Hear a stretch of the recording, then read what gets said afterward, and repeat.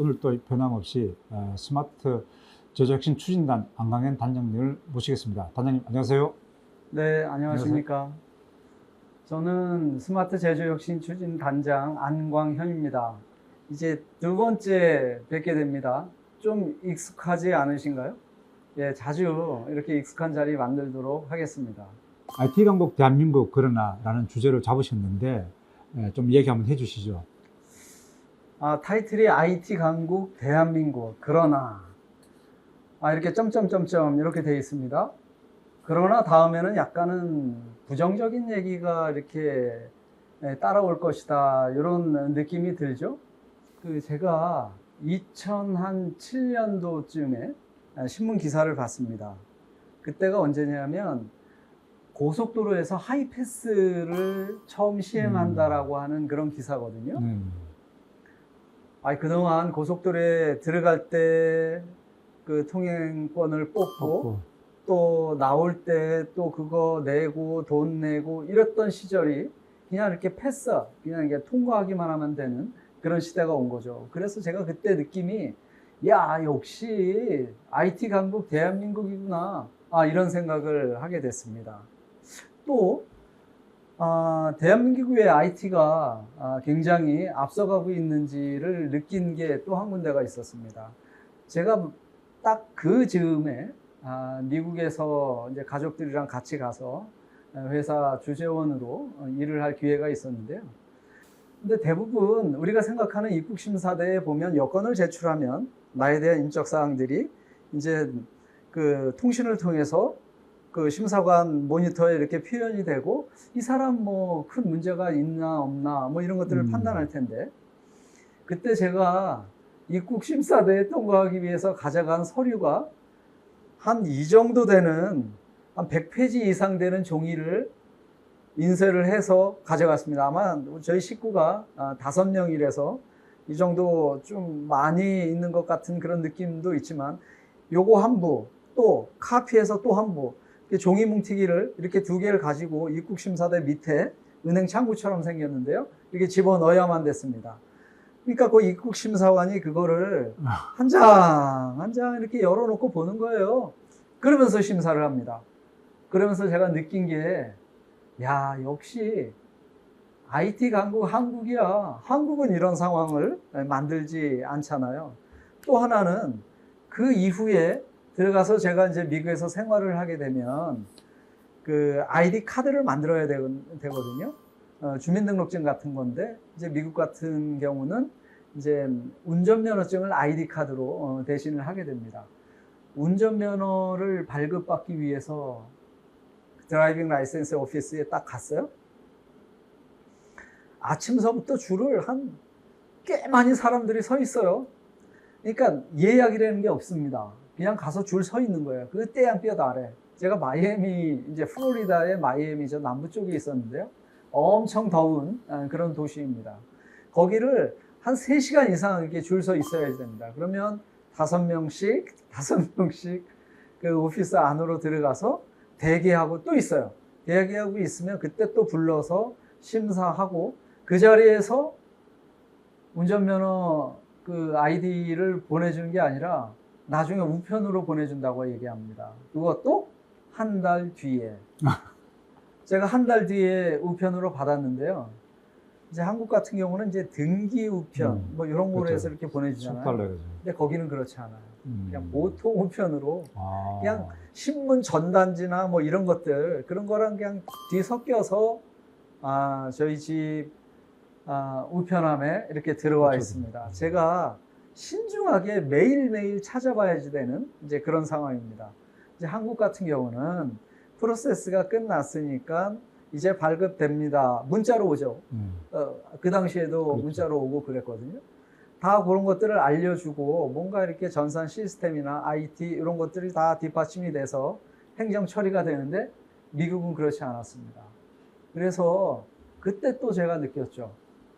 IT 강국 대한민국 사실이다. 근데 단장님은 여기에 IT 강국 대한민국 그러나라고 좀 이렇게 붙이셨는데, 여기에 대해서 또 어떤 뭐 반론을 좀 얘기하고 싶은 건가요? 네, 지금까지는 제가 정말 IT 강국 대한민국이다 이런 얘기 말씀을 드렸잖아요. 이제는 약간 그러나 뒤에 나오는 부정적인 그런 의미를 제가 경험을 통해서 잠깐 말씀을 드리겠습니다. 어느 날 저희 오피스에 있는 여직원이 그 아파트 주차장 스티커 같은 걸 하나 갖다 주면서 차에 붙이라고 얘기를 해요. 그게 뭐냐면 한국에 하이패스 할 때 이제 단말기 이만한 거 갖다 붙였거든요. 제가 그 당시에. 근데 요게 그런 역할을 한다라고 합니다. 이게 톨게이트 비용을 여기서 자동적으로 이렇게 시스템이 연결이 돼서 나간다고 해요. 그러니까 어느 하나의 디바이스처럼 생겼던 한국의 하이패스가 미국에서는 썬패스 이름은 다르지만 이게 요만한 스티커를 하나 이렇게 붙이기만 하면 되는 거예요. 거기에 자세히 만져보니까 요만한 칩 같은 게 안에 이제 살짝 숨어 있긴 했습니다. 사실 이거를 체험으로 느끼는 순간, 아, IT 강국 대한민국이 정말 맞나? 일상생활에서 느끼는 IT가 가져다 주는 생활의 인프라. 사실은 미국이 훨씬 앞서 가고 있는 것은 아닐까? 이런 느낌을 받게 됐습니다. 그래서 제가 정말 IT 강국 대한민국인지 다시 한번 돌아보게 되는 계기가 되었던 것이죠. 그렇습니다. 근데 뭐 IT라고 하는 게 꼭 강해야만 우리가 이제 본론적으로 이야기하고 싶은 뭐 스마트 팩토리를 이야기할 때에 그거와 밀접한 물론 연관은 있겠지만 MES라든가 PLM이라든가 그런데 꼭 그게 뭐 스마트 팩토리 산업을 전체를 다 좌지우지하는 거는 아니지 않습니까? 이제 다시 그럼 돌아와서 스마트 팩토리에 대한 얘기를 잠깐 말씀을 드리면 대답이 될 것 같습니다.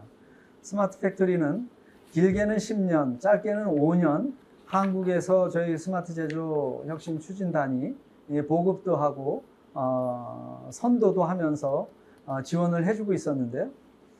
10년 전 스마트 팩토리는 어떤 자동화, 그러니까 영어로 말씀을 드리면 오토메이션으로 설명이 가능한데요. 그게 이제 자동화라는 얘기입니다. 어느 한 공장에 로봇 한두 대 정도 설치하면 그게 스마트 팩토리다. 이게 진화를 하게 돼요. 그게 인텔리전스입니다. 지능화입니다. 지능화는 제조 데이터라는 골격을 가지고 있고 또 AI 알고리즘이라고 하는 골격을 두 개의 기둥이 공장의 어떤 생산 효율성을 위해서 그 솔루션들이 지속적으로 개발되고 적용이 되는 것, 요게 이제 인텔리전스, 지능화 이렇게 얘기를 합니다. 지금 현 시점의 스마트 팩토리의 단계는 지능화 단계에 있다라고 생각을 하고요. 극강의 스마트 팩토리는 이제 한계가 넓어질 건데요. 극강의 스마트 팩토리는 오토노머스, 그러니까 자율화된 공장이다. 자율화된 공장은 공정과 공정이 서로 연결하고 서로 데이터가 주고받으면서 각각 자율적으로 생산이 이루어지는 형태의 공장, 이런 공장을 오토노머스 팩토리라고 얘기합니다. 향후에 2030년이 될까요? 2035년이 될까요? 언젠가는 오토노머스 팩토리로 가야 되는 것이고요. 이런 전반적인 단계적으로 스마트 팩토리의 영역은 다 담고 있다. 그래서 단순히 IT 인프라뿐만 아니라 거기에 들어가는 솔루션에 대한 부분뿐만 아니라 향후에 어떤 식으로 스마트 팩토리의 효율성을 가져갈 거냐, 여기까지 포함한 이 전체의 일관된 스토리가 스마트 팩토리의 영역이다, 이렇게 말씀드릴 수 있겠습니다. 네. 그러면 아까 이제 얘기를 한 부분으로 다시 넘어가게 되면은 우리나라가 IT 강국이 아니다라고 이제 단장님께서 설명을 하고 계시는 건데 그걸 좀 더 부연적으로 설명할 뒷받침할 어떤 팩트 같은 게 있으실까요? 예, 아주 질문이 나날이 아주 날카로워지십니다. 근거 있어요. 제가 근거를 말씀을 드리려고 합니다. 작년 7월에, 23년 7월입니다. 미국 제조산업 전문 매체 Manufacturing Digital이라는 데에서 글로벌 10대 스마트 팩토리 솔루션 기업을 선정을 했습니다. 아, 10개 기업을 선정을 했다고요? 10개 기업을 선정을 했어요. 글로벌 탑 10인 거죠. 탑 10이요? 예. 스마트 팩토리 솔루션 기업들. 이 탑 10에 한국 기업이 들어있는지 없는지 기대감을 가지고 한번 들어봐 주시면 좋겠습니다. 자, 10위 말씀드립니다. 에머슨이라고 미국에 있는 업체입니다. 9위는 히타치, 일본이죠? 네네. 네, 일본 업체고요. 8위는 GE, 미국 업체입니다. 7위는 ABB, 스위스 업체입니다. 6위는 하니웰, 미국 업체입니다. 5위 말씀드릴까요? 깜짝 예. 놀라실 텐데. 어디가? 어디죠? 미쓰비시, 일본 업체입니다. 아, 미쓰비시가 5위라고요? 그렇습니다. 전통적으로 일본 같은 경우는 좀 디지털이 약하다는 그런 의견을 많이 가지고 있는데 의외네요, 상당히. 그러게 말이에요. 저도 이거 보면서 깨달았고요. 아마 깊숙이 들어가 보면 나름대로 그런 경쟁력이 있을 것이다 이렇게 생각이 됩니다. 4위를 말씀을 드리면 로크웰 오토메이션이라고 미국 업체입니다. 3위는 슈나이더 일렉트릭, 2위 지멘스 독일입니다. 아, 지멘스가 2위래요? 지멘스 2위고요. 1위 보쉬입니다. 독일 업체입니다. 있나요? 한국 업체 있나요? 없네요. IT 강국 대한민국 탑 10 스마트 팩토리 솔루션 기업 ICT 기업 안에 들어있나요? 없습니다. IT 강국 한국은 눈을 씻고 찾아봐도 없습니다. 저는 한국이 더 이상 우리 관념 속에 있는 IT 강국 대한민국이라고 하는 환상을 이제 쫓아버려야 될 때다라는 생각을 오늘 시사점으로 좀 던지고자 합니다. 뭐 단장님께서 말씀하셨다시피 이거는 기업에 국한될 수도 있는 거기 때문에 기업이라는 거는 어떤 기업이 빨리 글로벌화를 추진하고 그 글로벌화를 위해서 빨리 움직이냐에 따라 가지고 그것도 어떤 바운더리 자체가 좀 달라질 수도 있다고 생각하는데 솔직히 국내 기업이 뭐 네이버라든가 뭐 어떤 IT 기업 전통적인 기업들 같은 경우는 있지만은 솔루션 공급 기업으로 나온 건 없기 때문에 또 그런 영향도 없지 않을까 싶은데 단장님 거기는 좀 어떻게 생각하십니까? 아까 제가 스마트 팩토리를 오토메이션 또 인텔리전스 그 다음에 오토노머스 이렇게 세 개로 설명을 했는데 이게 한 덩입니다. 한 덩어리. 어느 한쪽이 잘한다고 해서 다 잘한다 이렇게 볼 수 없는 거거든요. 이게 인프라이기 때문에 그렇습니다. 생태계가 같이 커가야지 되는 거고요. 여하튼 부족한 부분이 지금 이 데이터만 봐도 충분히 우리가 유추할 수 있다. 저는 그렇게 보는 겁니다.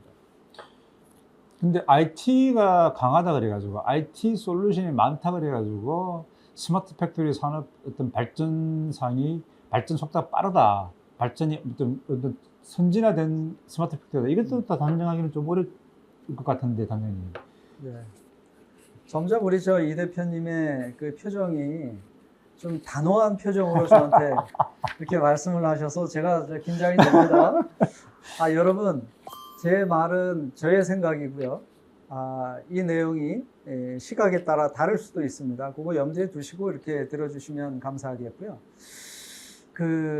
네, 다시 이제 저는 스마트 팩토리 얘기를 하면서 좀 풀어가면 좋을 것 같아요. 스마트 팩토리 구현에 3대 요소가 있다. 저는 어디 가서 이렇게 이제 설명을 해주고 있는데요. 첫 번째는 그 구축을 하려고 하는 중소제조기업. 이게 이제 첫 번째로 가장 중요한 기업이죠. 그리고 또 구축을 도와주는 ICT 솔루션 기업입니다. 방금 저희가 얘기했던 IT 강국의 핵심 산업. 요게 이제 바로 이런 솔루션 기업이다. 이렇게 볼 수 있고요. 둘 사이에서 컨설팅도 해주고 부족함이 없이 도와주는 그런 어떤 컨설팅의 영역. 이렇게 세 가지가 3대 요소다. 저는 이렇게 생각을 합니다.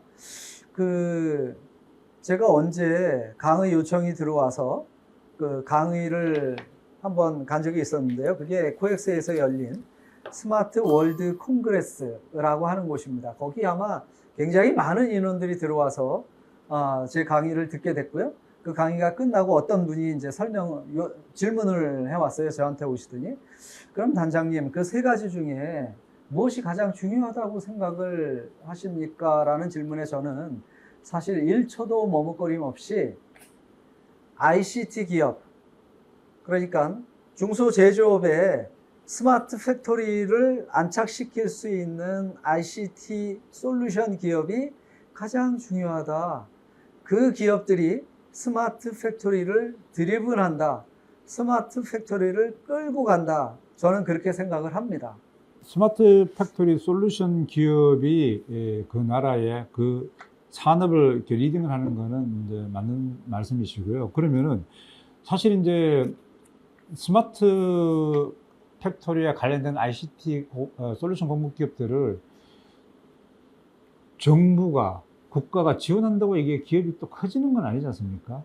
거기에 대해서는 뭐 단장님의 입장으로서 한번 또 뭐 구체적인 계획이 있으신가요?